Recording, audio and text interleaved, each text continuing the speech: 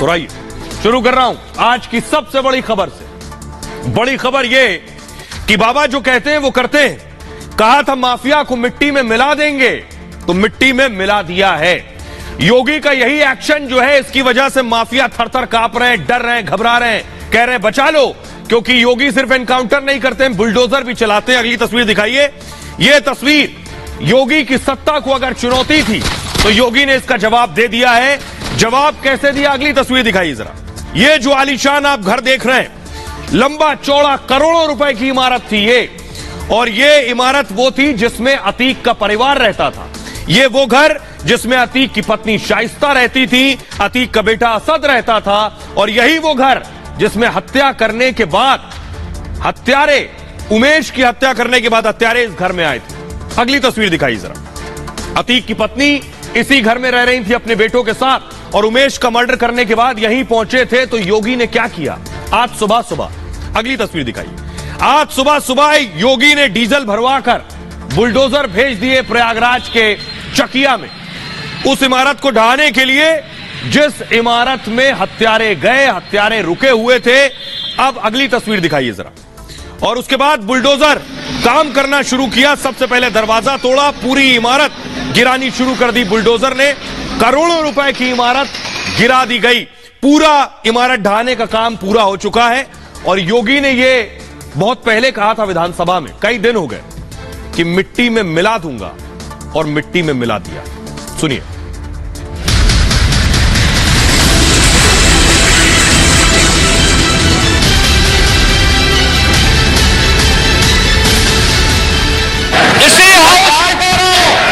इस माफिया को मिट्टी में मिला देंगे। सरकार में समझे, ये माफिया है, इनको मिट्टी में मिलाने का काम करेंगे। इसी इस माफिया को मिट्टी में मिला देंगे। सरकार में समझे। लो, मिट्टी में मिला दिया। माफिया के रसूख को मिट्टी मिट्टी कर दिया। योगी ने जो कहा वो किया। उमेश की हत्या कर योगी को चुनौती देने वालों का हिसाब शुरू हो चुका है। एक एनकाउंटर में ढेर किया जा चुका है। एनकाउंटर के बाद बारी बाबा के बुलडोजर की थी। इसी घर में रहती थी अतीक की पत्नी और बेटा। योगी के बुलडोजर ने डॉन के पूरे परिवार को सड़क पर ला दिया है। तमाम एहतियातों को ध्यान में रखते हुए लगातार बुलडोजर का ये एक्शन जारी है। दिन दहाड़े उमेश पाल की हत्या के बाद लगातार सवाल उठ रहे थे, और इन सभी सवालों का जवाब आपको इस तस्वीर के जरिए सीधा नजर आ रहा होगा। यह घर अतीक के करीबी जफर का था। उमेश की हत्या के बाद से अतीक का परिवार इस घर पर ताला लगा के भाग गया। बेटा फरार है, पत्नी शाइस्ता भी उमेश की हत्या के बाद से गायब है। प्रयागराज के चकिया में करोड़ों के आलीशान घर को बाबा के बुलडोजर ने मिट्टी में मिला ही दिया।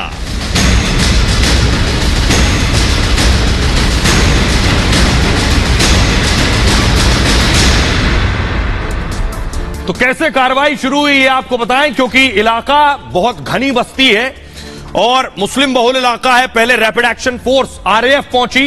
पूरा फोर्स देख रहे हैं जरा, पूरा फोर्स तैनात किया गया था। पूरे इलाके को, इमारत के चारों तरफ पुलिस फोर्स था। छावनी में तब्दील कर दिया गया, परिंदा भी पर ना मार सके। पूरे इलाके को सील कर दिया गया। उसके बाद बुलडोजर पहुंचा, और बुलडोजर की कार्रवाई के बाद देखिए निकला क्या। ये देख रहे हैं अगली तस्वीर। ये अतीक का भाई अशरफ, अतीक का बेटा, ये जो कोलार्ज है जिसमें अतीक की तस्वीर भी आप देख रहे हैं, परिवार की तस्वीर, ये भी इस घर में थी। क्यों? क्योंकि अतीक का पूरा परिवार यहीं रहता था, और ये फोटो यहां लगी हुई थी। अगली तस्वीर दिखाई जरा। बुलडोजर चलने से पहले घर के अंदर मौजूद सोफा, कुर्सियां, टेबल, फर्नीचर, फ्रिज, सारी चीजें, डबल डोर का फ्रिज आप देख रहे हैं, ये सारी चीजें बाहर निकाली जा चुकी थी। उसके बाद बुलडोजर चलना शुरू हुआ। अगली तस्वीर दिखाइए। घर के अंदर से ये बंदूक मिली है, ये जर्मन पिस्टल मिली है, एक राइफल मिली है। ये इस घर में रखी हुई थी, घर से निकाली है, पुलिस ने बरामद की है ये सारी चीजें। तो योगी आदित्यनाथ के एक्शन ने बता दिया कि योगी केवल एनकाउंटर नहीं करते, भाग जाओ जहां भागना है। योगी दूसरा एक्शन भी लेते हैं, और वो बुलडोजर से लेते हैं। ये कौन शख्स है जिसके यहां बुलडोजर चला है, इसमें क्यों अतीक का परिवार रह रहा था, ये देखिए जरा। योगी आदित्यनाथ की पूरी नजर थी इस एक्शन पर। अतीक के खास गुर्गे पर यह बुलडोजर एक्शन हुआ है। जफर अहमद के 2 मंजिला घर पर यह बुलडोजर चलाया गया है। इस मकान की कीमत 3 करोड़ रुपए। अतीक का परिवार जफर के इसी घर में रहा करता था और अतीक की जो संपत्ति पर योगी के एक्शन के बाद से परिवार इस घर में था, यानी अतीक का घर नहीं था, इसलिए परिवार इस घर में रह रहा था। शाइस्ता ने जफर से यह मकान किराए पर ले रखा था और अतीक का परिवार 2021 से यहां रहा करता था। शूट आउट के बाद प्रयागराज विकास प्राधिकरण ने यह एक्शन लिया है बुलडोजर चलाने का।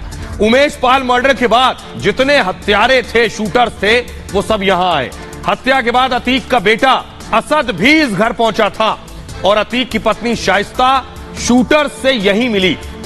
क्रेटा कार भी इसी घर के पास बरामद हुई थी जो गाड़ी हत्या में इस्तेमाल हुई। इसी मकान में साजिश रचे जाने की भी आशंका जताई गई।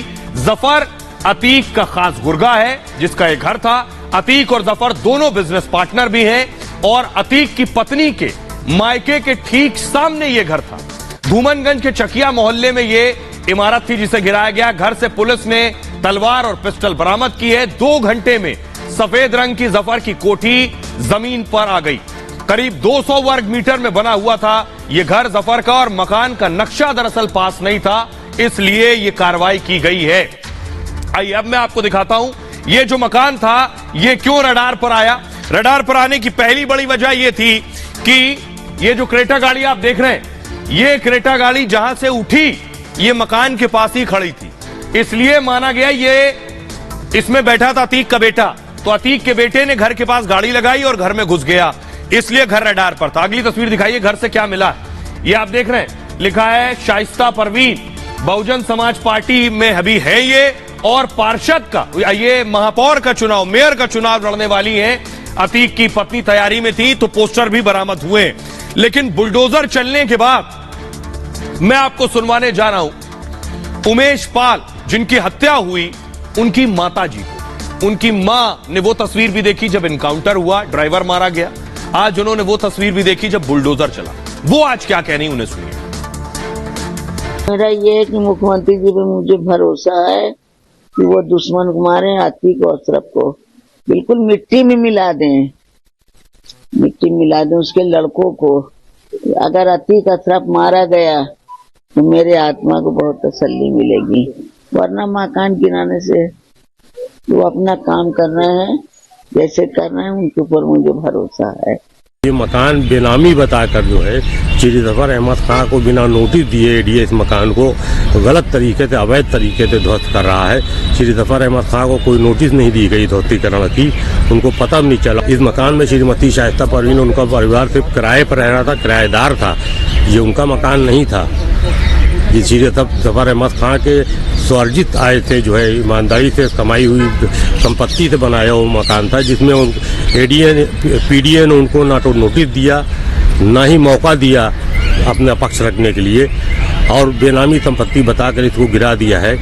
ये बहुत ही जो है गलत काम किया है पीडीए ने। इसके खिलाफ जो है हम हाई कोर्ट, सुप्रीम कोर्ट, हर जगह जाएंगे। पीडीए की तरफ से संयुक्त रूप से कार्रवाई की जा रही है। आप लोगों को अभी डिटेल्स है वो और लिखा पढ़ी में दे देंगे। पीडीए के हिसाब से यहाँ पर नक्शा पास नहीं हुआ है, इसीलिए आज यहाँ पर कार्रवाई की जा रही है। आइए अब मैं आपको दिखाने जा रहा हूं, आपको जानकर ताज्जुब होगा कि जिस वक्त उमेश की हत्या हुई अतीक लाइव देख रहा था। अतीक साबरमती जेल में, गुजरात के अहमदाबाद के साबरमती जेल में पूरा एनकाउंटर लाइव देख रहा था। और आप जानकर ताज्जुब करेंगे लाइव दिखा कौन रहा था। ये तस्वीर दिखाने जा रहा हूं, ये देख रहे हैं एनकाउंटर साइट का सीसीटीवी है।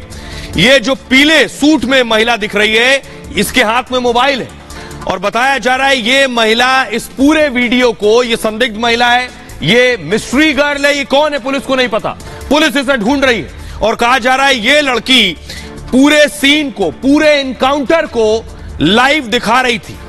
पूरे एनकाउंटर को अतीक ने जेल में बैठकर सीधा देखा कि उमेश पाल की हत्या कैसे की गई। ये लड़की ने लाइव दिखाने के बाद गाड़ी में बैठी और यहां से निकल गई, पुलिस इसे ढूंढ रही है। तो क्या साबरमती जेल में जिस तरह अतीक ने हत्या की प्लानिंग की, उसी तरह से अतीक पूरे उमेश के एनकाउंटर को लाइव देख रहा था। कैसे, देखिए जरा किस तरह से देख रहा था। ये तस्वीर आप देख रहे हैं, जेल की तस्वीर मैं आपको दिखा रहा हूं। जेल में अतीक ठीक। आगे जो वीडियो आप देख रहे हैं उमेश पाल हत्याकांड की तस्वीर मैं आपको दिखा रहा हूं, वो वीडियो आप देख रहे हैं। ये वीडियो सीधे अतीक देख रहा था कैसे मर्डर हो रहा है। उमेश पाल मर्डर लाइव देख रहा था अतीक जेल में। प्रयागराज में फायरिंग का अपडेट ले रहा था सीधे, और शूटआउट पर साबरमती जेल से नजर थी अतीक साबरमती जेल में। प्रयागराज से एक महिला उसे वीडियो भेज रही थी, जिस महिला की तस्वीर मैंने आपको दिखाई। व्हाट्सएप पर शूटआउट की लाइव तस्वीर भेज रही थी। गोलीबारी के बीच एक महिला वीडियो बनाते हुए भी नजर आई। फायरिंग के बीच बेखौफ महिला वीडियो बनाती रही, और पीले सूट में फायरिंग के दौरान सड़क पर मौजूद थी। वो उस वक्त कार से उतरकर हर एंगल से वो वीडियो बनाती हुई नजर आई। ताबड़तोड़ फायरिंग, बमबारी का उसे कोई डर नहीं था, वीडियो बना रही थी। क्या अतीक सीधे लाइव पूरा एनकाउंटर देख रहा था? यूपीएसटीएफ के रडार पर है ये वीडियो बनाने वाली महिला, और अतीक ने ही उमेश पाल की हत्या की साजिश भी इसी जेल से, इसी बैरक से रची। राजूपाल मर्डर केस के अहम गवाह की हत्या की प्लानिंग की उसने। साबरमती जेल से गुर्गों के संपर्क में था अतीक। मुस्लिम हॉस्टल के कमरा नंबर 36 में यह साजिश रची गई। साबरमती जेल से अतीक का व्हाट्सएप कॉल गया। साबरमती जेल से ही अतीक ने इन लोगों से बात भी की थी। अतीक अहमद ने ही पूरे प्लान पर मोहर लगाई। इसके बाद शूटआउट भी लाइव देखता रहा। तो ये सारी चीजें अतीक के लिए कौन मुहैया करा रहा था, कैसे हो रहा था ये, तो मैं आपको बताऊं। अब तक पुलिस ने जो एक्शन लिया उससे आपको अंदाजा होगा। पुलिस ने एक्शन के नाम पर अब तक ड्राइवर को ढेर कर दिया है। ये आप देख रहे हैं तस्वीरें, ड्राइवर ढेर हो चुका है। अगली तस्वीर दिखाइए। पुलिस ने सदाकत को पकड़ लिया है, जो प्लानिंग में शामिल था, मुस्लिम हॉस्टल में रहता था। सदाकत पकड़ा गया। अगली तस्वीर दिखाइए, नफीस की तस्वीर। नफीस को पकड़ लिया है, जो क्रेटा गाड़ी थी उसका मालिक है नफीस, उसको पकड़ा जा चुका है। अब अगली तस्वीर दिखाइए। सब पकड़ लिए गए तो अतीक को डर है। अतीक को डर है कि सब शिकंजे में है, अब बारी उसकी है। इसलिए अतीक डर के मारे सुप्रीम कोर्ट पहुंच गया। सुप्रीम कोर्ट में अर्जी लगा दी। क्या कुछ कह रहा है अतीक सुप्रीम कोर्ट में, देखिए जरा। अतीक की अर्जी में उसने कहा, ये आप देख रहे हैं, अतीक का कहना है बाहुबली अतीक को अब एनकाउंटर का डर सता रहा है। अतीक के वकील ने सुप्रीम कोर्ट में याचिका लगाई है और गुजरात जेल से बाहर ना भेजने की अपील की है कि मुझे जेल से बाहर मत भेजो। यूपी में दर्ज मामले के लिए यूपी मुझे ना भेजा जाए, मैं यहीं ठीक हूं, गुजरात में साबरमती जेल में। याचिका में सुरक्षा और जान का खतरा बताया अतीक ने। अहमदाबाद से यूपी जेल में ट्रांसफर का विरोध किया है कि मुझे योगी के राज्य में उनकी जेल में नहीं जाना है।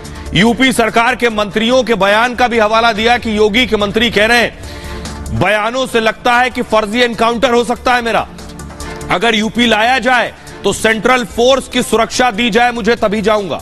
सुप्रीम कोर्ट से मामले की तुरंत सुनवाई की भी मांग की अतीक ने। गुजरात के साबरमती जेल में फिलहाल अतीक बंद है। यूपी पुलिस अतीक को प्रयागराज लाने की तैयारी में। अतीक की पत्नी ने भी एनकाउंटर की आशंका जताई है। शाइस्ता ने सीएम योगी को भी चिट्ठी लिखी है, पूरे मामले की सीबीआई से जांच की मांग की है। तो सोचिए जरा, अतीक को डर लग रहा है तो आपको सुनवाने जा रहा हूं। सुनिए, अतीक के वकील हैं हनीफ खान, वो क्या कह रहे हैं।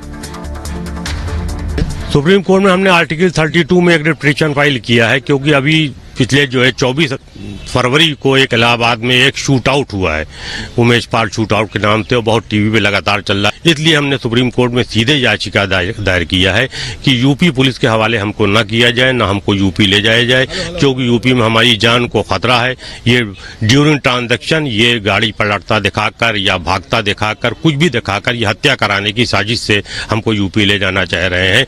और ये आशंका इसलिए बलवती हो गई कि मुख्यमंत्री जी ने सदन में एक बयान दिया है कि माफिया को मिट्टी मिला देंगे। उसके बाद ही कल जो है एक बयान आता है जेपी राठौर साहब का, वो उनके प्रदेश जो है महामंत्री हैं कि अध्यक्ष हैं और मंत्री भी हैं।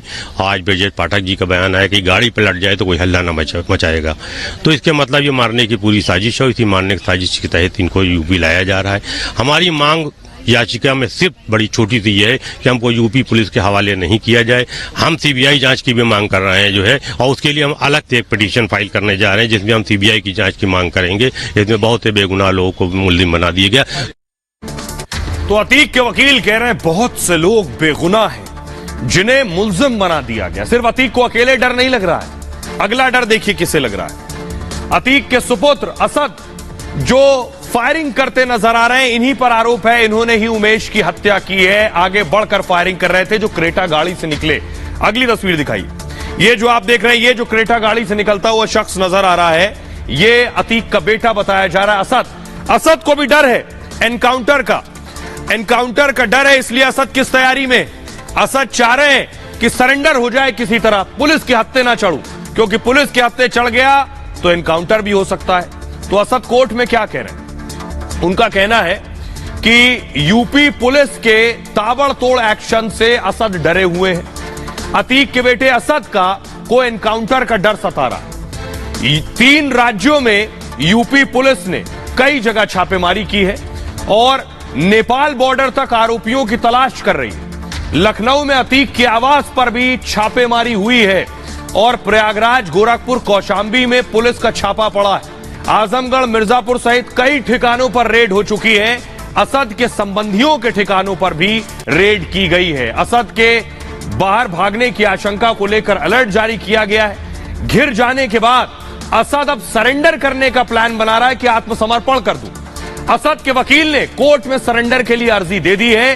प्रयागराज सीजेएम दिनेश गौतम की कोर्ट में यह अर्जी लगाई गई है और घर रिश्तेदारों के यहां पुलिस छापेमारी कर रही है लगातार। अर्जी में खुद के फंसाने का आरोप लगाया है। कोर्ट ने इस मामले में थाने से रिपोर्ट तलब की है।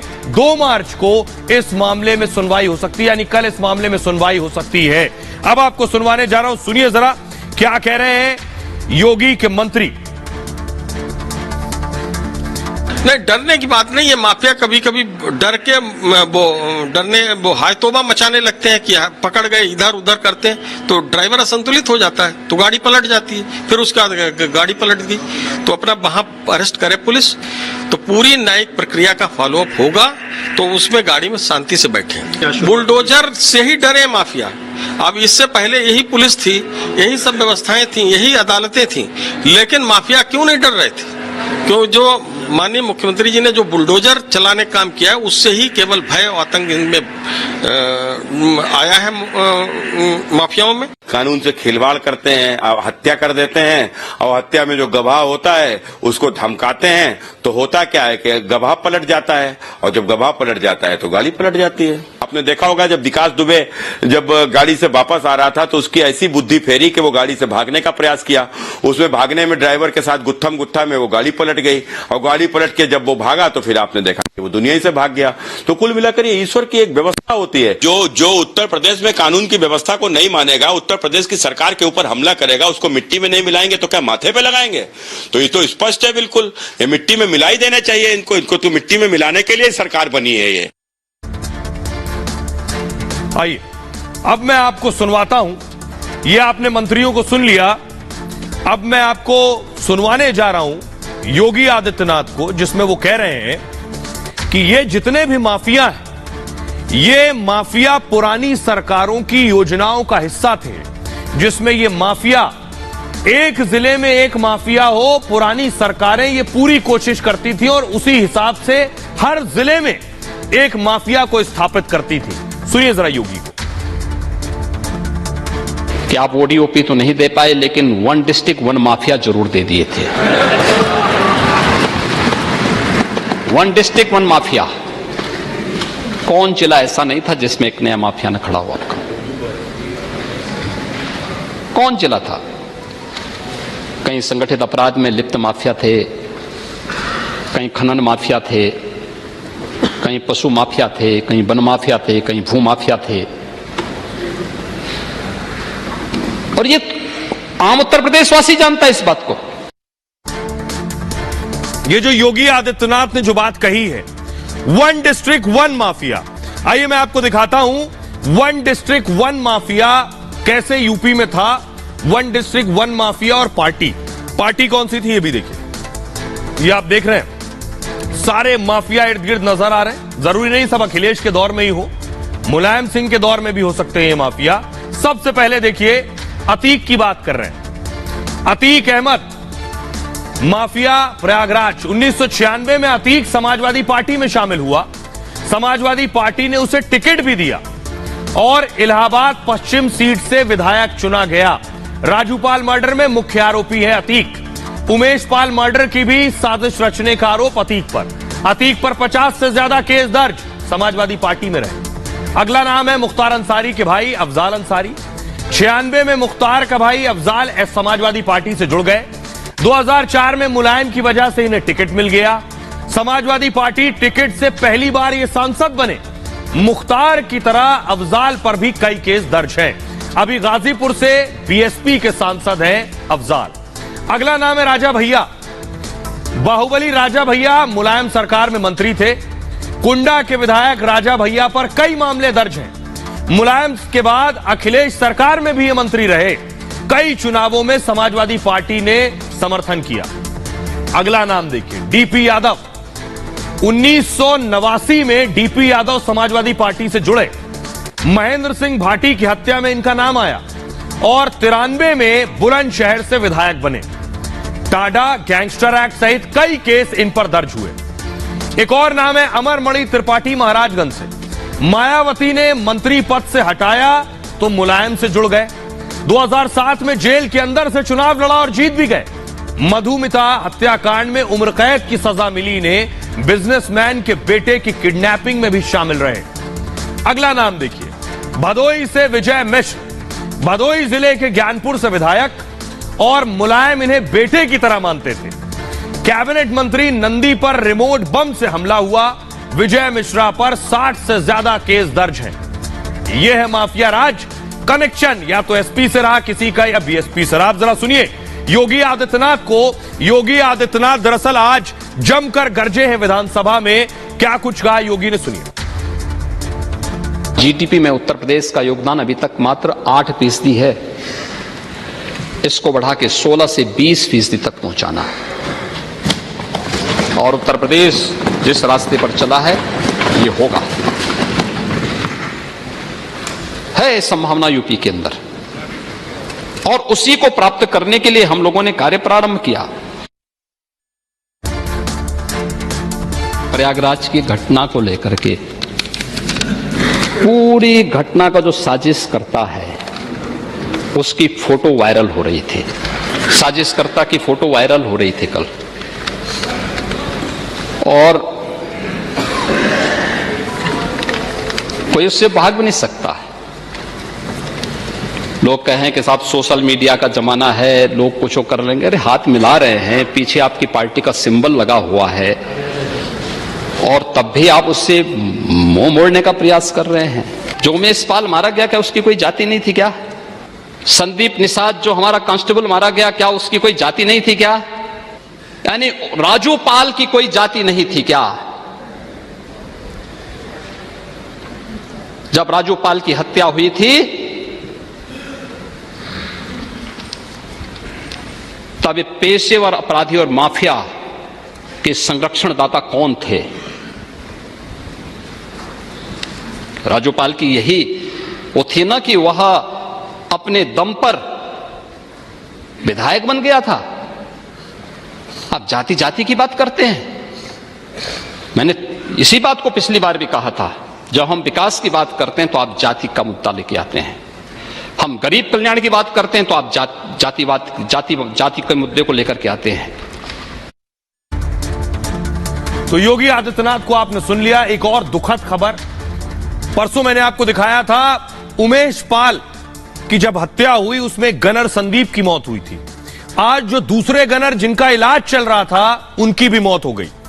ये राघवेंद्र की तस्वीर आप देख रहे हैं। राघवेंद्र भी उमेश पाल की सिक्योरिटी में मौजूद थे। 2 गनर, 2 पुलिस वाले, 2 खाकी वर्दी जिनकी मौत हुई इस हत्याकांड में, एक संदीप और ये दूसरे राघवेंद्र। अगली तस्वीर दिखाइए जरा। ये राघवेंद्र के परिवार की तस्वीर आप देख रहे हैं। परिवार का रो रो कर बुरा हाल है। परिवार में मातम पसरा है क्योंकि राघवेंद्र अस्पताल में भर्ती थे, जिंदगी और मौत से जूझ रहे थे। परिवार को उम्मीद थी कि राघवेंद्र की जान बच जाएगी। आइए अब आपको बताते हैं राघवेंद्र के बारे में कि राघवेंद्र कब से उमेश पाल की सिक्योरिटी में तैनात थे। प्रयागराज शूटआउट में ये दूसरे गनर थे राघवेंद्र जिनकी मौत हुई है। फायरिंग के दौरान गंभीर रूप से घायल हो गए थे। घायल सिपाही राघवेंद्र इनका नाम था और 5 मई को राघवेंद्र की शादी होने वाली थी। राघवेंद्र के पिता की मौत हो चुकी है पहले। लालगंज के कोरीहर के रहने वाले थे। इलाज के दौरान राघवेंद्र ने भी दम तोड़ दिया। 2 दिन पहले लखनऊ शिफ्ट किया गया था इन्हें। ग्रीन कॉरिडोर बनाकर पीजीआई इन्हें पहुंचाया गया था। बम और गोलियां लगने से राघवेंद्र उस वक्त घायल हो गए थे। प्रयागराज शूटआउट में ये तीसरी मौत है। उमेश पाल, संदीप और राघवेंद्र। अब राघवेंद्र के परिवार की स्थिति मैंने आपको दिखाई। पुलिस क्या कह रही सुनिए जरा। जो उस घटनाक्रम में घायल हुए थे हमारे साथी राघवेंद्र, आज ट्रॉमा सेंटर में हम उनके प्राणों की रक्षा नहीं कर पाए। डॉक्टर पूरा प्रयास किए और इस प्रकार उन्होंने अपने कर्तव्य के लिए सर्वोच्च बलिदान दिया। इस बलिदान से उत्तर प्रदेश पुलिस को इस संकल्प को और बल मिला है कि हम माफिया के विरुद्ध जो कार्रवाई हमारी जारी है उसको और मजबूती से और मन लगा के और निष्ठा से करें और जो इसके दोषी हैं उनको कानून के समक्ष शीघ्र से शीघ्र पेश करें। खबरों में आगे बढ़ते हैं। आज की एक और अगली बड़ी खबर आपको लिए चलते हैं पड़ोसी मुल्क।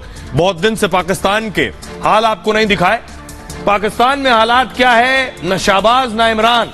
अब मोदी बचाएंगे पाकिस्तान। पाकिस्तान को यह यकीन हो गया है दूसरा कोई विकल्प नहीं बचा है, मोदी ही सहारा है। और मोदी सिर्फ बचा लो नहीं, मोदी के साथ आने को तैयार है पाकिस्तान के लोग। अगली तस्वीर दिखाइए जरा, क्योंकि शहबाज शरीफ और इमरान खान से अब कोई उम्मीद नहीं बची है।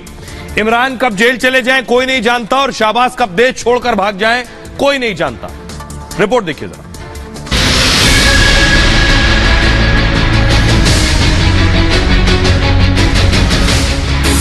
न शहबाज न इमरान, अब मोदी ही बचाएंगे पाकिस्तान। मोदी साहब ग्रेट मैन क्या कर रही हैं आप? मोदी को बुरा इंसान थोड़ी है। अखंड भारत बनेगा तभी बच पाएगा पाकिस्तान। जिंदगी की बड़ी ख्वाहिश है कि मोदी साहब आपसे ऐसे हाथ मिला के ना एक जोर से पाकिस्तानी जफ्फी डाल लीजिए। आपके साथ जो भी हो गया है ना, अब पाकिस्तान से भी जफ्फी डाल। जिंदा रहने के लिए घर वापसी ही पाकिस्तान का सहारा है।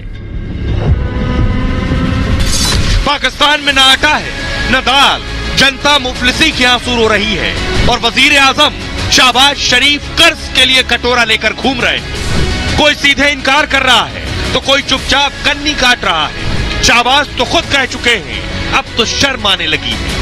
पहले मैंने फैसला किया था कि मजीद उनसे मैं कर्जा नहीं मांगूंगा, लेकिन मैंने फिर आखिरी वक्त फैसला किया और हिम्मत बांधी कि मैं उनसे मजीद मांगू।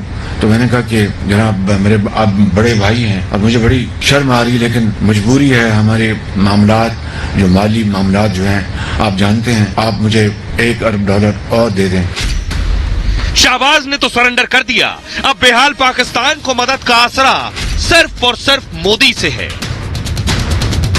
हमें मोदी मिल जाए, हमें तो नहीं नवाज शरीफ चाहिए, ना बेनजीर चाहिए, ना हमें इमरान खान चाहिए, कोई भी नहीं, जनरल मुशर्रफ भी नहीं चाहिए।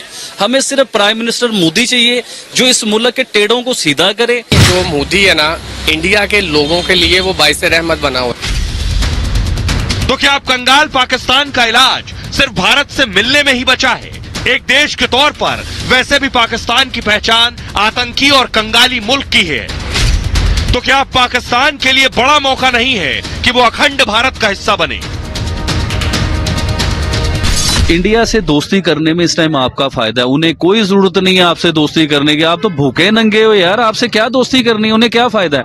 आप दोस्ती करोगे आपको क्या फायदा मिलेगा? आपके खाने पीने की चीजें सस्ती मिलने लग जाएंगी। अगर इंडिया पाकिस्तान एक हो जाएं, आप बिलीव कीजिए कि दुनिया में इंडिया और पाकिस्तान का जोड़ नहीं मिलेगा आपको कहीं भी। मैं एग्री करता हूँ। पूरी दुनिया में हो सकता है सुपर पावर एशिया में ये बन जाए। जो पॉलिटिशियन थे राहुल गांधी और दूसरे थे, उनके होते हुए इनकी इकोनॉमी का कोई नेम ही नहीं था। अब वो एक इमर्जिंग इकोनॉमी है, एक वे पे है, तो इसका क्रेडिट नरेंद्र मोदी और उसकी टीम को जाता है। और आइए अब मैं आपको बताता हूं क्या होगा पाकिस्तान का नया रूप, ये तो बताऊंगा, लेकिन पाकिस्तान के हालात जरा देख ले। क्यों पाकिस्तान के लोग कह रहे हैं भारत के साथ आना है? वजह ये, भारत के साथ आने में फायदा क्या है? भारत में 250 रुपए किलो चिकन खरीद लेंगे, वहां अभी 1200 रुपए खरीदना पड़ रहा है। मटन भारत में 500 रुपए किलो खरीद सकते हैं, पाकिस्तान में 1850 रुपए। मछली भारत में 200 से 500 रुपए किलो, पाकिस्तान में 1500 रुपए किलो खरीदनी पड़ेगी। अंडे भारत में 60 से 80 रुपए दर्जन है, पाकिस्तान में 380 रुपए दर्जन है। ये फायदा है, तो ये खरीदने में भी फायदा है। और अगर कुछ और खरीदना है, आटा दाल खरीदना है, उसमें भी भारत में फायदा है। क्यों, ये मैं आपको बता रहा हूं। देखिए जरा भारत में क्या हालात है और पाकिस्तान में क्या हालात है। ग्रोसरी शॉप में जाएंगे अगर, पाकिस्तान में आटा 890 रुपए और 200, ये 5 किलो के रेट में आपको बता रहा हूं। 5 किलो 890 में है और 5 किलो 225 रुपए में। दूध 250 रुपए लीटर है और लगभग 60 रुपए लीटर है। 200 रुपए किलो चाय भारत में है, पाकिस्तान में 1500 में खरीदनी पड़ेगी, इसलिए भारत अच्छा लग रहा है। बिस्किट 5 रुपए का पैकेट, पतंजलि रामदेव का 5 रुपए का ही पैकेट आता है। भारत में 47 रुपए प्रति किलो चीनी है, पाकिस्तान में 125 रुपए किलो चीनी है। यह है फर्क। और इतना ही नहीं, सब्जी खरीदनी है तो सब्जी खरीदने के लिए भी भारत अच्छा लग रहा है। क्यों, क्योंकि देखिए जरा भारत में सब्जी का रेट क्या है। भारत में सब्जी के हाल ये है कि भारत, मशरूम की बात करते हैं, भारत में 50 से 60 रुपए में 250 ग्राम है, पाकिस्तान में यही 750 से 250 रुपए में है। पाकिस्तान में मटर 1000 रुपए किलो मिल रही है और भारत में 15 से 30 रुपए किलो है।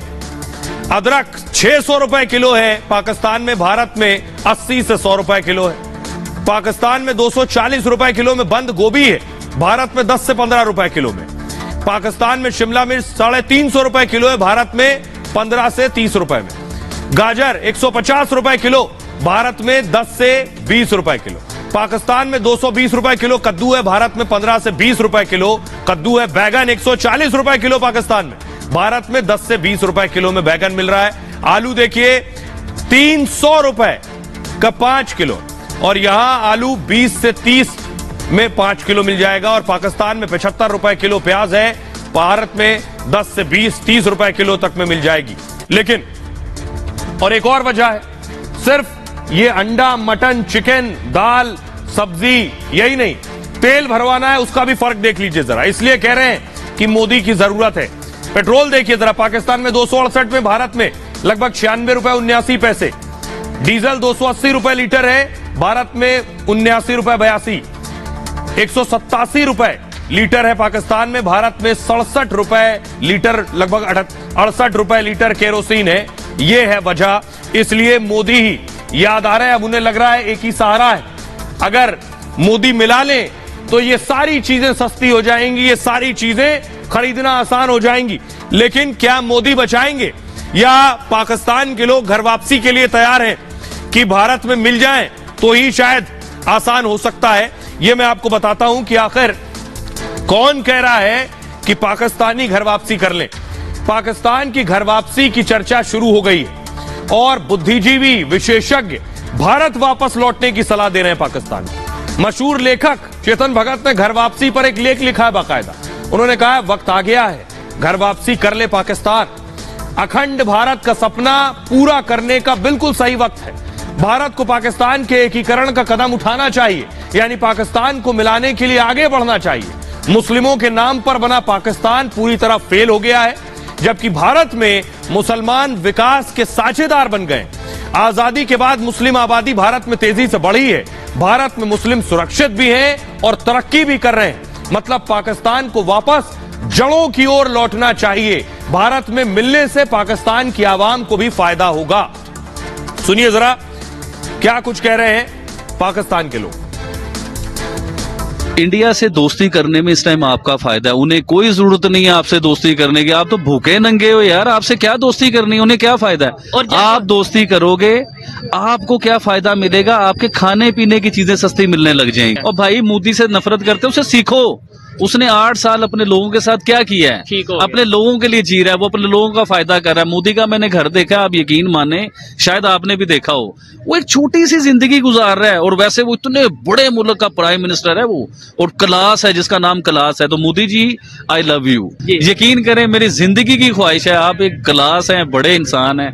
क्योंकि मैं पाकिस्तानी हूँ, आप इंडियन है, मैं आपसे कभी मिल नहीं सकता, लेकिन जिंदगी की बड़ी ख्वाहिश है कि मोदी साहब आपसे ऐसे हाथ मिला के ना एक जोर से पाकिस्तान पाकिस्तानी जफ्फी डाली जाए आपके साथ, क्योंकि आप बड़े लवली इंसान है यार। पाकिस्तान के लिए क्या बात कान करें? में कहना है, सरेआम नहीं कहना कि भाई जो भी हो गया ना अब पाकिस्तान से भी जफ्फी डाल। इंडिया से कंपेयर करना तो तौहीन है इंडिया की। बड़ी फड़ियां मारते हैं जी, पाकिस्तान ऐसे पाकिस्तान वैसे, ये कर देंगे वो कर देंगे, किसके सर पे कर देंगे? और भाई आप अपने आप को अपने घर में आप रोटी कौन देता है ये तय? आप इंडिया के टुकड़ा पहाड़ मैं आपको इतना बता दूं, ठीक है, उनके कैमरा में बात कर दूंगा। उनकी तरक्की है कि 50 इयर्स बाद खुद को कहाँ देख रहे हैं, उनका माइंड इस तरह बनाया जाता है, उनकी ग्रूमिंग इस तरह की जाती है। हमारे यहाँ ये अच्छा नाश्ता हो गया, ओके, लंच में क्या करना है, डिनर में क्या करना है, महंगाई इतनी है, बंदा कहता है यार किसी तरह बस पेट पूजा हो और कोई काम ना हो, तो वहाँ प्लानिंग की जाती है कि 50 साल बाद इंडिया कहाँ रैंक करेगा। वहाँ थिंक टैंक्स इस तरह है, हमारे यहाँ थिंक टैंक्स पता नहीं कहाँ सोए हुए हैं। जो हुक्मरान मिल गया ना, जो उनकी गवर्नमेंट इस टाइम चल रही है, वो मुखलिस गवर्नमेंट है, ठीक है, वो अपनी कंट्री से मुखलिस है, कंसर्न है, ठीक है। उसके बाद जो उनकी अवाम है, उसने अपनी अवाम को, अपनी पब्लिक के माइंड ऐसे मैनिपुलेट कर दिए कि अवाम ऑटोमेटिकली ना चाहते हुए भी अपनी गवर्नमेंट के साथ कंसर्न रखती है। वो अपनी कंट्री को देख रहे हैं, ठीक है, ना कि वो ये देख रहे हैं कि पाकिस्तान क्या कर रहा है, ना कि ये देख रहे हैं चाइना कहाँ जा रहा है, वो सिर्फ कह रहे हैं कि इंडिया कहाँ पे इस टाइम खड़ा है और कोई ऐसी स्ट्रेटजी बनाओ कि इंडिया यहाँ से यहाँ पे आ जाए। बात असल में ये है कि वो अपनी जाती अना और अपने अंदरूनी मामलात को एक साइड पे रखते हैं, और जो दूसरे दुनिया के ममालिक हैं उनके साथ तिजारत, एक्सपोर्ट्स इम्पोर्ट्स बढ़ाते हैं, ना कि ये देखते हैं कि कोई नॉन मुस्लिम या मुस्लिम कंट्री है। पढ़ाइए, पाकिस्तानी जब तैयार है अगर भारत में मिलने के लिए तो कैसा होगा वो नक्शा। जो अखंड भारत की बात तो हम भी करते हैं, लेकिन ये अखंड भारत दिखेगा कैसे, जरा ये देखिए। ये प्रधानमंत्री मोदी दिख रहे हैं आपको, ये भारत, यानी ये पाकिस्तान भी अगर जुड़ गया, यही हाल रहे तो यही नौबत आएगी, और अफगानिस्तान, तो ये भारत का जो नक्शा है ये और बड़ा हो जाएगा। ये आप देख रहे हैं कहां से कहां तक भारत फैल जाएगा। ये आप अखंड भारत की नई सूरत देख रहे हैं। लेकिन मैं अब आपको दिखाता हूं कि मैं क्यों कह रहा हूं पाकिस्तान में हालात, मैं आपको दिखाने जा रहा हूं। पाकिस्तान में हालात ये है कि शहबाज शरीफ के लिए लोग नारे क्या लगा रहे हैं, ये देखिए जरा, फुल स्क्रीन लीजिए जरा।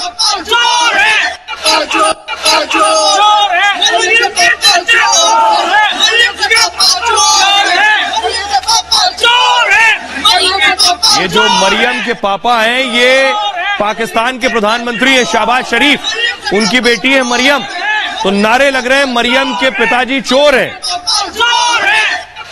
नवाज शरीफ की बेटी, नवाज शरीफ और शहबाज शरीफ के लिए नारे लग रहे हैं कि वो चोर हैं। आइए एक और तस्वीर मैं आपको दिखाता हूं, चोर वाकई कितने पाकिस्तान में, ये देखिए जरा। एशिया कप होने वाला है, एशिया कप होना था इस स्टेडियम में, तो इस स्टेडियम में जितने सीसीटीवी लगे थे वो चोरी हो गए सब। ये हाल है पाकिस्तान के, एशिया कप से पहले सीसीटीवी तक चोरी हो गए हैं। अब आप अंदाजा लगाइए कि स्थिति क्या है। गुर्बत और गरीबी की स्थिति यह है कि जिसको जहां जब आदमी के पास पैसा नहीं होगा तो या तो फिर वो चोरी करने लगेगा, पाकिस्तान में देख रहे हैं आप, या डकैती करेगा, क्योंकि इतनी ज्यादा महंगाई है। स्टेडियम से सीसीटीवी गायब हो गए। लाहौर के गद्दाफी स्टेडियम से लाखों की यह चोरी हुई है। इस स्टेडियम से कीमती सामान फैंस घर उठाकर ले गए। सोशल मीडिया पर पाकिस्तान का मजाक उड़ाया जा रहा। पेट भरने के लिए लोग चोरी लूटपाट को मजबूर हैं। गद्दाफी स्टेडियम में लगे सुरक्षा उपकरण चोरी हो गए हैं। 8 सीसीटीवी कैमरे, जनरेटर की बैटरी उठा ले गए हैं। स्टेडियम से फाइबर केबल भी उठा ले गए चोर। 10 लाख रुपए से ज्यादा के नुकसान का अंदाजा है। गद्दाफी स्टेडियम में T20 सुपर लीग के मैच चल रहे हैं। सुपर लीग में सुरक्षा के लिए सीसीटीवी लगाए गए थे और 19 मार्च को सुपर लीग का फाइनल खेला जाना। फाइनल मैच से पहले ही सुरक्षा के इंतजाम किए गए और सरकार ने मैच में सुरक्षा देने से मना कर दिया। पाकिस्तान पर एशिया कप की मेजबानी पर सवाल उठ रहे हैं। पाकिस्तान से छिन सकती है एशिया कप 2023 की मेजबानी भी, और पाकिस्तानी स्टेडियम में चोरी से मेजबानी पर सवाल उठ रहे हैं। और पाकिस्तान के जो हाल है, सोशल मीडिया पर पाकिस्तान को लोग ट्रोल भी कर रहे हैं, और यही वजह है पिछले दिनों आरएसएस के नेता है गोपाल कृष्ण जी, वो कह रहे हैं पाकिस्तान को कुछ आटा ही भेज देना चाहिए भारत में जो हालात है। सुनिए। पाकिस्तान में रहते हमको दिन रात गाली देते, नहीं वो भी सुखी हो। अभी पाकिस्तान में आटा 250 रुपए किलो हो गया, हमको दुख होता है भाई, अपने देश के लोग 250 रुपए किलो आटा हो गया, हम भेज सकते हैं। भारत 25-50 लाख टन गेहूं उनको दे सकता है, लेकिन वो मांगते ही नहीं, आने भी नहीं देते। अरे वहां की जनता को भूख से मरने के बजाय भारत के पास सरप्लस गेहूं है, दे सकता है। अरे 70 साल पहले हमारे साथ ही थे। इतनी दूरी का क्या लाभ है? हालांकि पाकिस्तान 4-5 बार हमसे झगड़ा कर चुका है, वही आक्रमण करता है बार बार। 48 हो, 65 हो, 71 हो, कारगिल हो, उसके बाद ही भारत के सब लोगों के मन में ये बात आई होगी, अरे भैया 250 रुपए किलो आटा वहां हो गया है, दे दो 10-20 लाख टन गेहूं भिजवा दो। अब मैं आपको दिखाने जा रहा हूं, जब अखंड भारत की बात हो रही है, पाकिस्तानी कह रहे हैं भारत में मिला लो, तो 1947 का सिक्का मैं आपको दिखाने जा रहा हूं, जब भारत में ही पाकिस्तान था और अफगानिस्तान भी था। इसे फुल स्क्रीन लीजिए जरा। पाकिस्तान था, ये आप देख रहे हैं जरा, 1947 का सिक्का है। 1947 में देखिए आजाद हिंद, 15 अगस्त 1947, और ये आप देख रहे हैं पाकिस्तान भी नक्शे में भारत में, ये था उस दौर का सिक्का।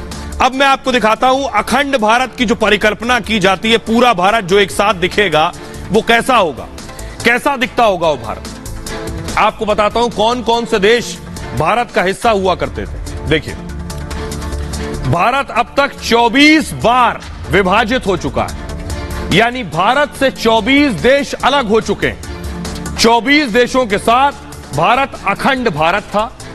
तब क्षेत्रफल 83 लाख वर्ग किलोमीटर था, जबकि अभी क्षेत्रफल 33 लाख वर्ग किलोमीटर है। ये आप देख रहे हैं, ईरान और अफगानिस्तान भी भारत का हिस्सा हुआ करते थे। हिंदू कुश पर्वत की मौजूदगी इसका मजबूत प्रमाण है। अंग्रेजों ने 1919 में अफगानिस्तान को भारत से अलग किया। अगला नाम है नेपाल का। नेपाल भी पहले भारत का हिस्सा था। देवी सीता का जन्म मिथिला यानी नेपाल में हुआ, और मौर्य समाज का भी नेपाल हिस्सा रहा है। 1904 में नेपाल अलग देश बन गया था। तिब्बत देखिए, भूटान और तिब्बत भी कभी भारत में शामिल थे। 1907 से दोनों देश अलग हिस्सा बने। म्यांमार भी पहले भारत में ही था, भारत का हिस्सा था। म्यांमार का नाम बर्मा या ब्रह्म देश था।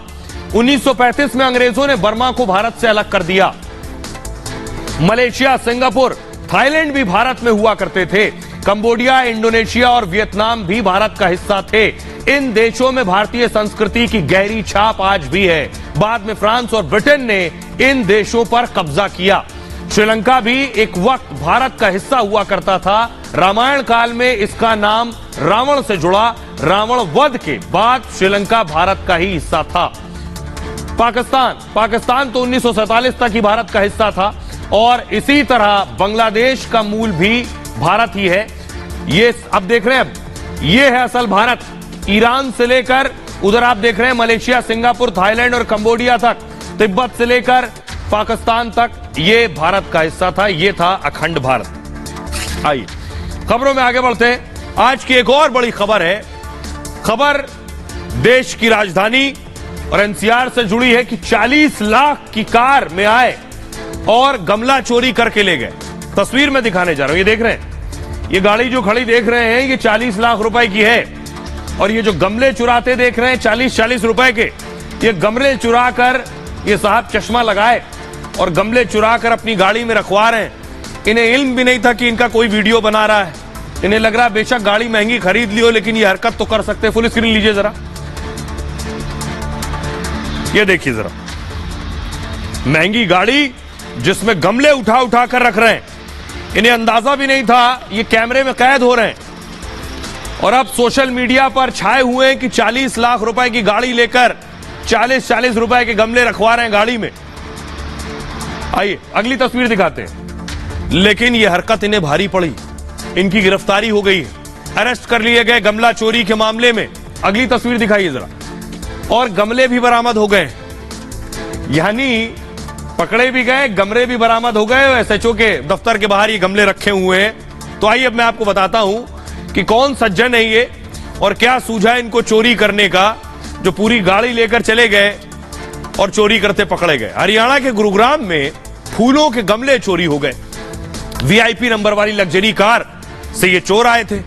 कार सवार दोनों चोर नेशनल हाईवे 48 से दरअसल ये गुजर रहे थे, और इनकी नजर गमलों में गई, लालच आ गई। सड़क किनारे रखे सुंदर गमले देखकर एक ने कार की डिग्गी खोली और दूसरे को पकड़ाते रहे गमले। दूसरे ने छांट छांट कर अच्छे गमले उठा लिए, सारे गमलों को एक एक कर डिग्गी में भी रख लिया और चोरी की घटना का किसी ने वीडियो भी बना लिया। वीडियो सोशल मीडिया पर भी वायरल हो गया। हरियाणा पुलिस को टैग किया गया वीडियो में। ये देखिए, महंगी गाड़ी में कोई गमले उठा ले गया। नगर निगम ने थाने में केस दर्ज कराया। उसके बाद वीडियो में कार का नंबर भी दिख रहा था। चोरी की लग्जरी कार का वीआईपी नंबर था। कार का नंबर था HR20AV00006। कार हरियाणा के हिसार से रजिस्टर है और पुलिस ने छानबीन कर चोर की पहचान कर ली। गांधीनगर से मनमोहन यादव को गिरफ्तार भी कर लिया गया। आरोपी के पास से चोरी के 15 गमले भी बरामद हो गए हैं। पुलिस ने लग्जरी कार को कब्जे में ले लिया और दूसरे आरोपी की भी पहचान कर ली गई है। पुलिस गिरफ्तारी को लेकर दबिश दे रही है। सोचिए, गिरफ्तार मनमोहन ने पुलिस को बताया कि वो दिल्ली से गुरुग्राम लौट रहा था और गमले अच्छे लग रहे थे, इसलिए चोरी कर लिए। अंदाजा नहीं था कि कोई वीडियो भी बना लेगा। और गुरुग्राम को, अब सोचिए गमले क्यों आए थे, G20 समिट हो रही है देश में, उसको सजाने के लिए गुरुग्राम को ये गमले मंगाए गए थे। सुनिए जरा अब ये पुलिस क्या कह रही है, गुरुग्राम पुलिस। GMT की तरफ से कंप्लेंट आई थी जिसपे हमने कल ही केस रजिस्टर कर दिया था और जब वीडियो फुटेज को चेक करके नंबर जो उसमें आया उसको चेक किया गया तो उससे पता चलेगा कि वो कौन लोग हैं। और उनमें से जो एक एक्यूज्ड है मनमोहन, उसको कल शाम को ही गिरफ्तार कर लिया गया और जो चोरी हुए गमले थे वो और जो गाड़ी जो उसमें यूज की गई थी उन दोनों को सीज कर। अब मंशा तो गमले हैं, क्या मंशा हो सकती है, कोई क्या कह सकते हैं इसमें, लेकिन शायद सुंदर लग रहे थे। और साथ में जो उनके सेकेंड एक्यूज्ड है नवाब सिंह है, वो GMT का एक ऑफिसर है। वो कहाँ पे तैनात है सर? गुड़गांव। सर, इसमें एल्विश यादव का नाम आ रहा है कि एल्विश यादव भी इस पूरी घटना में शामिल था। क्या एल्विश यादव जो कि यूट्यूब इन्फ्लुएंसर है वो इस गाड़ी में शामिल था? नहीं, ऐसा कुछ नहीं है। जो ये मनमोहन है जिनकी गाड़ी है, इनका जो लड़का है उसका वो दोस्त है, तो उसने कभी इनकी गाड़ी यूज की होगी अपने यूट्यूब चैनल बनाने के लिए। अदरवाइज अब देखिए लोग सोशल मीडिया पर क्या लिख रहे हैं। लोगों को तो अच्छा खासा मसाला मिल गया मजाक करने के लिए। लोग ये तस्वीर देख रहे हैं, सोशल मीडिया पर लिख रहे हैं, लगता है सारा पैसा गाड़ी खरीदने में चला गया, इसलिए घर सजाने के लिए गमले चुराने पड़ रहे हैं। एक और सज्जन ने लिखा, बीवी को मनाने गया था, अब दिल्ली पुलिस को मना रहा है। गमले पर हमले नहीं चलेंगे, एक ने लिखा। एक ने लिखा, अब जेल में फूलों को पानी देंगे मनमोहन साहब। एक सज्जन ने लिखा, असली वीडियो में गाड़ी से गमले उतारे जा रहे हैं, यानी इसको रिवर्स कर दिया किसी ने, और रिवर्स कर दिया तो जैसे गमले रख रहा है, रिवर्स करने पर गमले वापस रखने के विजुअल आ गए। आइए अब तस्वीर दिखाने जा रहा हूं। G20 समिट ये आप देख रहे हैं। इस समिट के लिए ये गमले लाए गए थे जिसमें दुनिया के विदेश मंत्री आने वाले, 3 देशों के विदेश मंत्री यहां आए हैं। रूस के विदेश मंत्री सर्गेई लावरोव आए, उनको दिखाने के लिए गमले रखे ले गए थे, उस पर भी हाथ साफ कर दिया। खबरों में आगे बढ़ते हैं। आज की एक और बड़ी खबर है, जिम्मेदारी से भाग रहे हैं अरविंद केजरीवाल। अरविंद केजरीवाल वैसे तो मुख्यमंत्री हैं, मुख्यमंत्री दूसरी बार दिल्ली के बने, वैसे तीसरी बार एक बार और रह चुके हैं। अगली तस्वीर दिखाइए जरा। लेकिन अब मंत्री किसे बनाएं?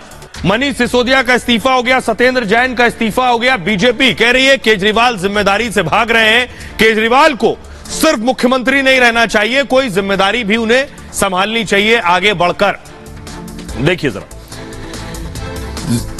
बीजेपी का कहना है केजरीवाल जिम्मेदारी से भाग रहे हैं और लेकिन उनके पास कोई विभाग नहीं है। मुख्यमंत्री तो हैं, 2 मंत्रियों की छुट्टी के बाद भी वो बिना विभाग के हैं इस वक्त। वो ऐसे इकलौते सीएम होंगे जो बिना विभाग के मुख्यमंत्री हैं। सिसोदिया और जैन के इस्तीफे के बाद भी कोई विभाग केजरीवाल ने अपने पास नहीं रखा है। अब देखिए सच क्या है। सिसोदिया ने तो इस्तीफा दे दिया। अब सिसोदिया ने इस्तीफा दे दिया तो 18 विभाग उन्होंने 2 मंत्रियों में बांट दिए सिसोदिया के।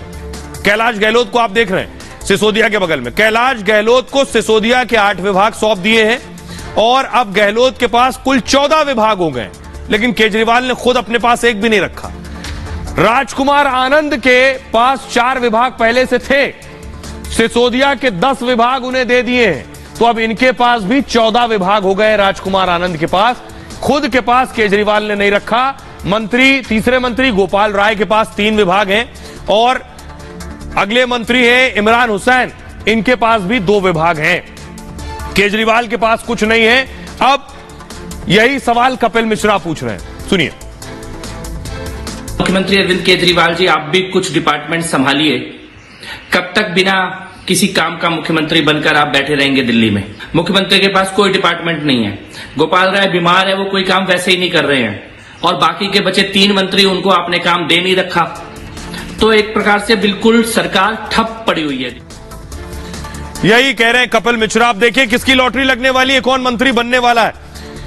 अब मनीष सिसोदिया और सत्येंद्र जैन के बाद किसका नंबर है? ये 2 लोग।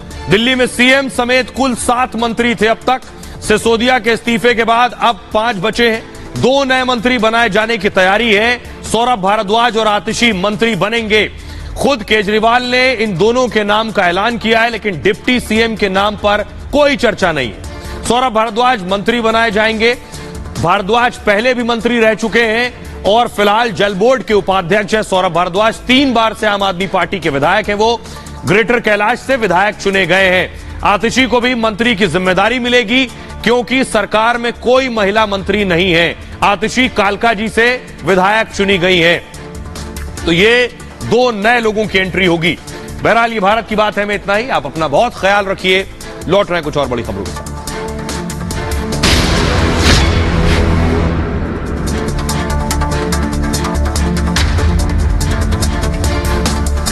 मुझे तो लग रहा है कि आज